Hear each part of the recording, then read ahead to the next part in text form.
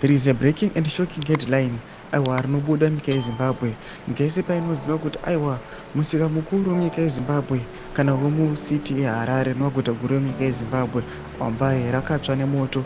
Aiwa rine nhau aiwa dziri kumashure, vanhu vanongotaura dzakasiyana siyana, mavhizhins akasiyana. Panapa vanoshamisika vachinzwa kuti aiwa mukomana ari sanctioned aiwa neAmerica anopuwa the tender aiwa yekurinovheta Mbare musika. Asati pana mashoko anomuda nyuko panapa kuti subscribe or like or turn on the bell icon. Chipinda panapa pakuzwa vamudonyera vachiti breaking news, Minister of Local Governance Honorable Daniel Garwe has just approved a multi-million-dollar tender for a company linked to Kudafashita Gwirei to renovate Mbare Musika.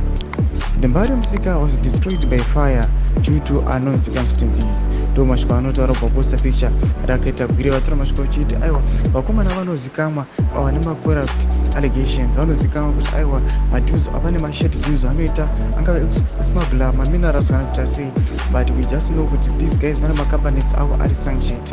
Tinoona kuti Mbare Musika inopiwa chiso maoko avo kuti vaite tenda iyoyo inoonekwa kuti aiwa pane mamulti millions abuda munyika.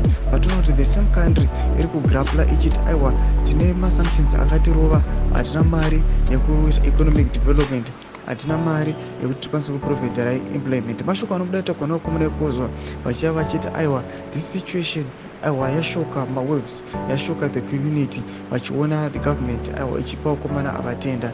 Tudze mafungiro enyu moti kudii pamusoro pechiitiko ichi. Mina comment section yedu, so subscribe or like, and turn on the bell icon.